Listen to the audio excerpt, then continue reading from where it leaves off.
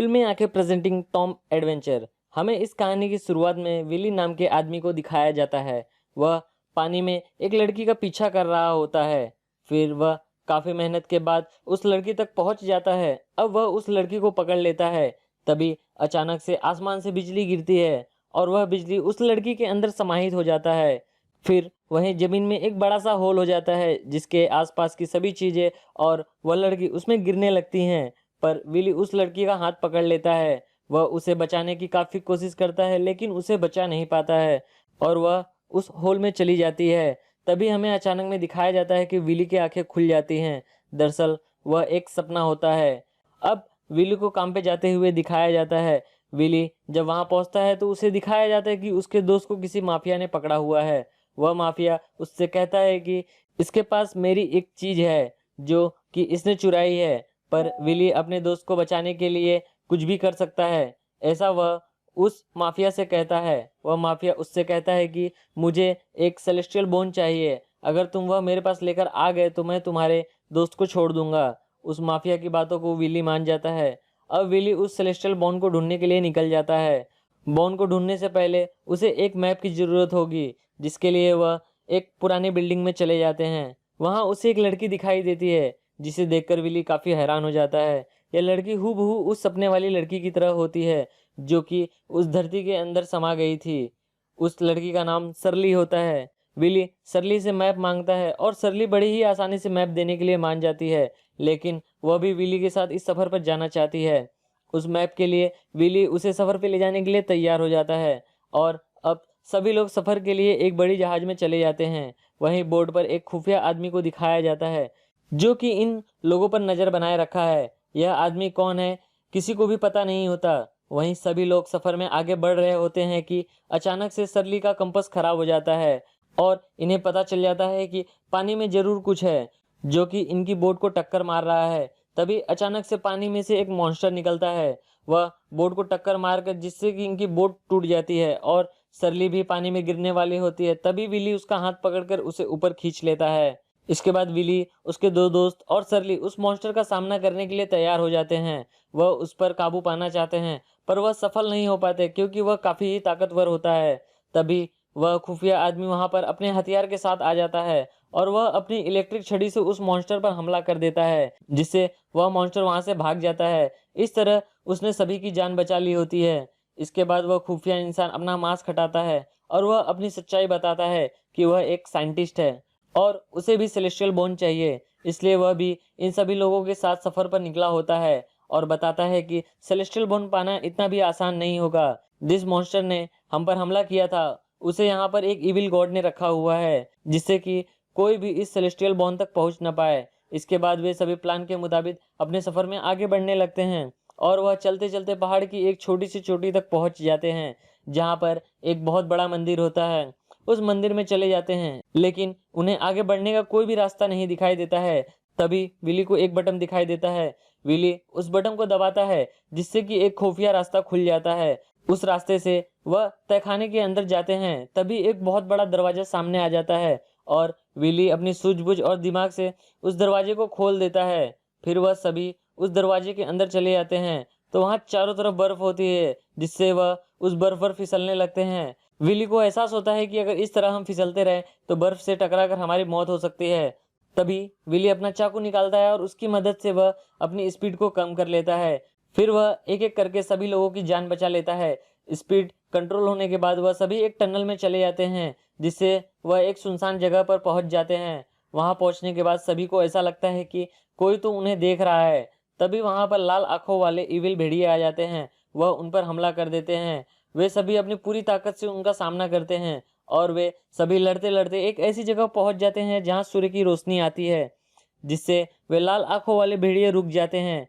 फिर वह सभी रस्सी में कांटा बांधकर ऊपर में फंसा देते हैं जिससे कि वह ऊपर चढ़ सके। अब सरली ऊपर चढ़ती है तभी ऊपर की लकड़ी टूट जाती है जिससे नीचे सभी गिर जाते हैं। सूर्य की किरणें डायरेक्ट पड़ने से भेड़िए भी पीछे हट जाते हैं। इसके बाद वह सभी एक एक करके ऊपर की ओर चढ़ने लगते हैं। सभी चढ़ जाते हैं पर विली की बारी आती है। तभी सूर्य की किरणों के बीच में बादल आ जाते हैं जिससे वह भेड़िए विली के ऊपर हमला कर देते हैं। विली उनसे लड़ने लगता है तभी ऊपर से सभी लोग आईने की मदद से सूर्य की किरणें गुफा की ओर कर देते हैं, जिससे विली को थोड़ा समय मिल जाता है और वह उस रस्सी की मदद से बाहर आ जाता है। वह लड़ते लड़ते काफी थक जाते हैं और घबरा जाते हैं, जिस वजह से वह सेलेस्टियन बॉन्ड लेने की उम्मीद छोड़ देते हैं और घर वापस आ जाते हैं। अब हमें दिखाया जाता है कि विली को काफी चोट लगने के कारण सरली उसे बैंडेज कर रही होती है, जिस वजह से उसे विली के कंधे पर वह निशान दिखाई देता है, जिससे देखकर वह हैरान हो जाती है क्योंकि वह निशान उसके भी कंधे पर होता है। और वह सभी लोगों को उस निशान के बारे में बताती है कि यह एक श्राप है। आज से कई साल पहले एक रेगिस्तान में कई लोग सफर पर जा रहे होते थे, तभी वहां पर एक गड्ढा होता है जिसमें सभी लोग गिर जाते हैं, जिससे उसमें रहने वाले इविल गॉड ने उन पर हमला करके उन सभी के ऊपर यह निशान दे दिए, जिससे कि वह 50 साल से ज्यादा जिंदा नहीं रह सकते। अगर जिसके पास सेलेस्टियल बॉन्ड रहेगा वह इस निशान को मिटा सकता है। विली, जो कि अब सरली से प्यार करता है, वह अब नहीं चाहता कि 50 साल के पहले मर जाए। अब वह फैसला करता है कि वह उस सेलेस्टियल बॉन्ड को किसी भी कीमत पर हासिल करेगा। उसके इस काम में उसके दोस्त भी उसका साथ देने के लिए तैयार हो जाते हैं।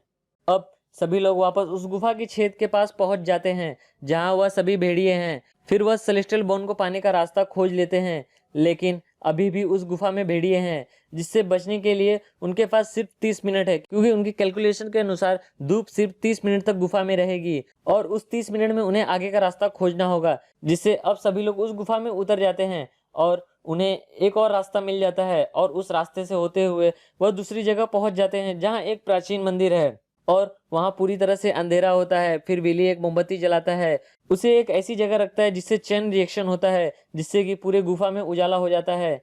अब वह अपने कदम धीरे धीरे आगे की ओर बढ़ाने लगता है क्योंकि खतरा कहीं से भी आ सकता है।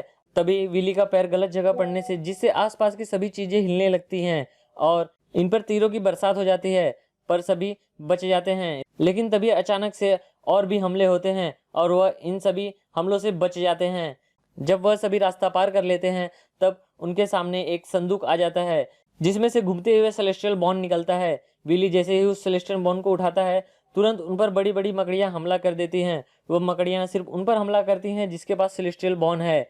विली सभी को यहाँ से निकलने के लिए बोलता है, सभी बाहर की ओर भागने लगते हैं। विली उनसे लड़ता है, तभी विली की मदद करने के लिए सरली भी वहां आ जाती है। वह धनुष की मदद से उन पर हमला करती है और विली की जान बचाती है।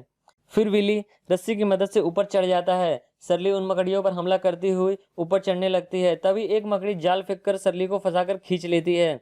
वे सभी मकड़ियां सरली को मारने वाले होते हैं कि विली आकर सरली की जान बचा लेता है, पर मुश्किल अब ये हो जाती है कि वे दोनों यहाँ फंस जाते हैं। वे उन मकड़ियों से लड़ रहे होते हैं, तभी वहां पर उसके सभी दोस्त भी आ जाते हैं। वे लड़ते लड़ते एक कांटेदार दरवाजे के पीछे चले जाते हैं, पर साइंटिस्ट फंस जाता है। उन मकड़ियों के बीच उसके पास गैसोलीन की बोतल होती है जिसे वह हर जगह गिरा देता है और बचते हुए उस नुकीले दरवाजे के पीछे चला जाता है। तभी विली उस गिरे हुए गैसोलीन में आग लगा देता है जिससे मकड़ियां जलने लगती हैं, पर उस गुफा में ज्वलनशील पदार्थ अधिक होते हैं जिस वजह से आग काफी बढ़ जाती है। आग अधिक बढ़ने के कारण ऑक्सीजन लेवल कम होना शुरू हो जाता है। अब यहाँ से निकलने का कोई भी रास्ता नहीं होता। फिर सभी एक दूसरे का हाथ पकड़ लेते हैं। अब उन्हें लगता है कि अब वह जिंदा नहीं बच सकते। तभी अचानक से सरली का कंपास काम करना बंद कर देता है, ठीक वैसे ही जैसे वह समुद्री मॉन्स्टर आया था।